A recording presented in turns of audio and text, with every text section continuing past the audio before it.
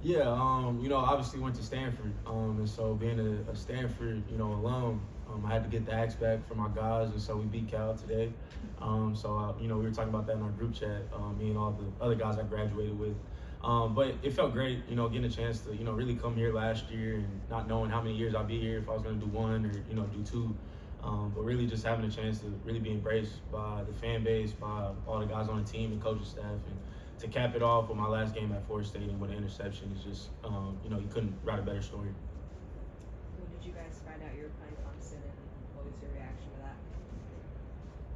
I'll say for us, I think it was kind of just right after the game. I'll say I think Coach Lashley, we didn't know if it was official, the Miami game or not.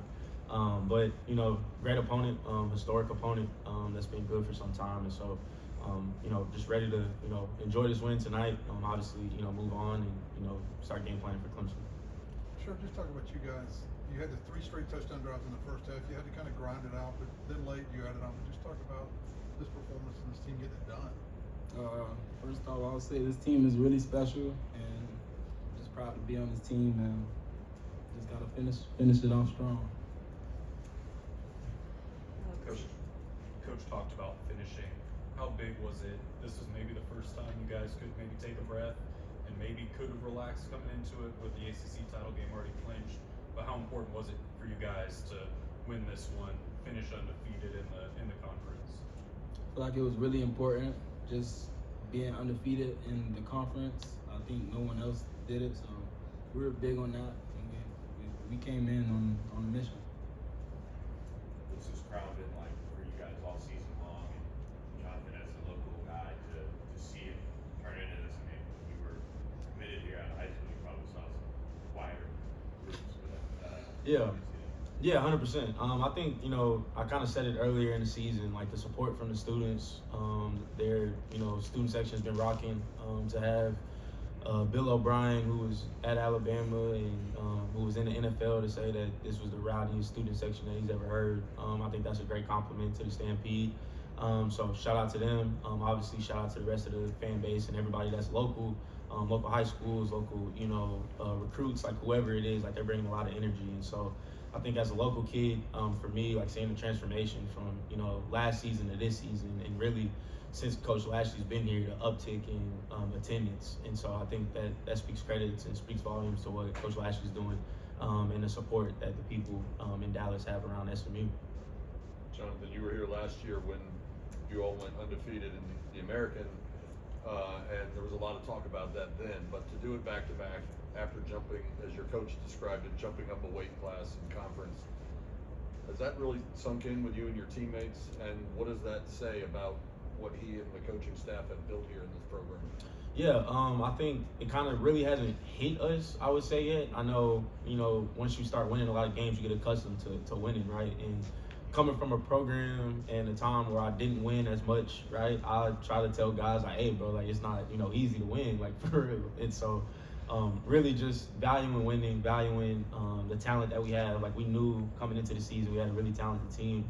We knew we could get to this point and get into this conference championship. It just took the culmination of players with scheme and really just how we embraced each other as a family. And so I think coaches did a great job of putting us in situations to where, we're game-like situations in training camp, putting us in situations that weren't advantageous with summer workouts, right, but still finding a way to do hard things over and over and over again, and then that builds confidence in you as a player and as a team. And so I think that just speaks volumes to Coach Lashley going undefeated 2 years in a row in 2 different conferences. And, for me, I ain't lose a conference game in 2 years, and a lot of guys. And so I think that's a really big honor, and that speaks volumes to Coach Lashley, Coach Cruz, and the rest of the staff. Brashard, you had that string of 100-yard rushing games earlier this month, and the team's already obviously looked at you differently. How much pride do you take in a game like today where you had 68 rushing, 66 passing, or 66 receiving, and caught a touchdown and ran for a touchdown? I mean, I just do whatever is for the team, so I don't really worry about the yards and the yard gains and stuff. I just trying to win. That's all. Talk about that catch in that first drive that set up the first touchdown. I mean, I was just, I don't know, I was being natural and just made a catch, trying to get in the end zone also, but. He a ball player, he humble, he a ball player.